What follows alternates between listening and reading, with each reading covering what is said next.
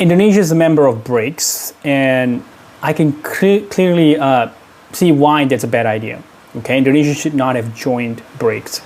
I remember watching President Prabowo during his campaign. He often spoke negatively about the West, portraying Indonesia as a victim of Western domination, which I thought was ridiculous. It's like blaming others for your own problems. It's a classic political tactic, right? So I wasn't surprised when Indonesia decided to join BRICS. But joining BRICS means risking our relationship with the US and the West, right? One of our biggest customers, the third biggest after China and ASEAN. Think about it. If you join a bloc that exists to challenge me, I might just stop buying from you or make it more expensive to do business with me, right? And you have more to lose than I do. And look at all the prosperous countries in the world. They all trade heavily with the US and the West, right? None of them became rich by siding with authoritarian regimes or cutting off Western markets, right? So BRICS itself is politically divided and dysfunctional. China and India don't even get along. They have ongoing border disputes and mutual distrust.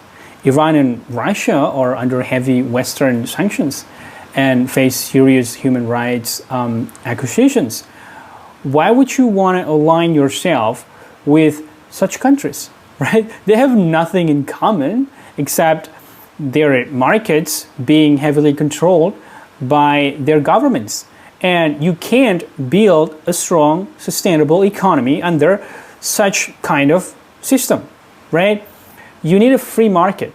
The irony is most BRICS countries still trade with the West more than with each other, right? They're hurting themselves. For example, Trump has already threatened 10% additional tariffs on BRICS members.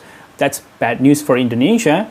It will become more expensive for us to do business with the US. And the BRICS dream of the dollarization is also completely unrealistic.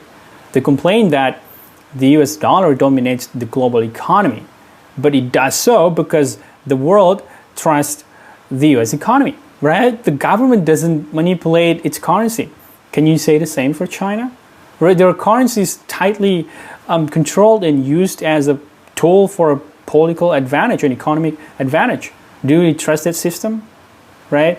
Why would we want strong ties with countries like, Iran and Russia, right, who are under sanctions and accused of human rights violations? That hurts Indonesia's global image, right? It limits our access to key resources like technology, international partnerships, and innovation. And BRICS also has no clear objectives, no treaty, no charter, no enforcement mechanism. It's not even a real organization, right? The only thing its members seem to agree on is disliking the West. And the last point is this. Joining BRICS may scare away investors. Western investors may hesitate to invest in Indonesia because it seems like we're moving away from democratic norms and aligning with authoritarian regimes, right? Investors care about things like capitalism, the rule of law, right, and market freedom. And if we start looking like we reject those principles, they'll take their money elsewhere, right? So in short, joining BRICS is a strategic mistake, okay? Indonesia should build strong relationships with the West and also with China, right? That doesn't mean that we have to copy the Western values we don't like LGBT ideology, right? But we can learn from their strengths, right? We don't need to join a club whose members have nothing in common and probably don't even like each other, except that they all resent the West, right? So yeah, thank you.